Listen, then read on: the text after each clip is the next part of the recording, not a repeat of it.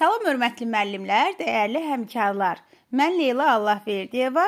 Bu günlərim sizə 9-cu sinif texnologiya kitabının 9-cu mövzusu olan əlvan metallardan məftillər və mis məftildən asma bəzək necə hazırlanır bu texnologiyanın izahını verəcəm.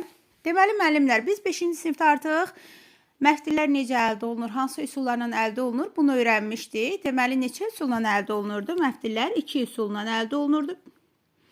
Bircə dəqiqə müəllimlər. Aha. 2 üsulla əldə olunurdu.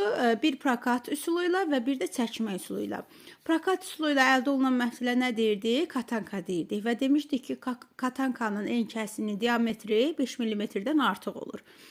Bəs nazik məftilləri necə əldə edirdik? Deməli, katankadan çəkmə üsulu ilə çəkici dəzgahlarda nisbətən nazik ölçülü məftillər əldə edirdik.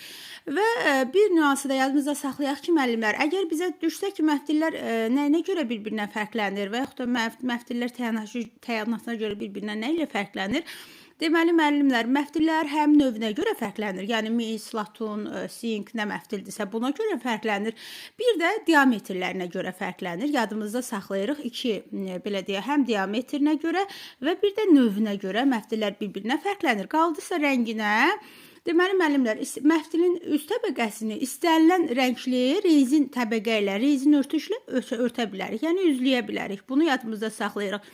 Ola bilər, sualda düşür ki, məftilin məsəl üçün, üst təbəqəsini, üz örtüyünü nə ilə üzləyə bilirik? Rəngli rezin örtüşlərlə və ümumiyyətlə rəngli olmasın, rəngsiz də, yəni rezin örtüşlə üzləyirik. Buna deyirik həm də izolyasiya.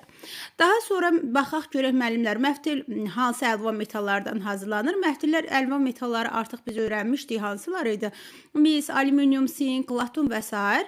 Bax, bu əlvan metallardan həmçinin də məftillər də hazırlanır və baxaq görək bu əlvan metallardan hazırlanan məftillər yəni hansı xarakterikası ilə bir-birindən fərqlənir. Ən əvvəl başlayaq mis məftildən. Mis məftil müəllimlər, elə misi öyrənmişdik ki, mis rəngi necə idi? Qırmızımtıl rəngdə olan bir belə deyək metalımız idi.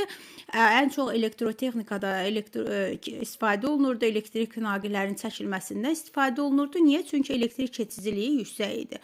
Və mis məftillərin artıq öyrənirik ki, qırmızımtıl narıncı rəngə malikdir. Həmçinin də çatışmayan cəhəti odur ki, müəllimlər, vaxt keçdikcə bu mis məftillər qaralır, yəni oksidləşərək qaralır. Mis məftillərdən adətən toxuma, hörmə işlərində istifadə olunur və çatışmayan cəhətlərindən biri də odur ki, müəllimlər, yəni biz onu mis məftili öz formasını, yəni ondan bir məmulat hazırladıq. O öz forması yaxşı saxlamır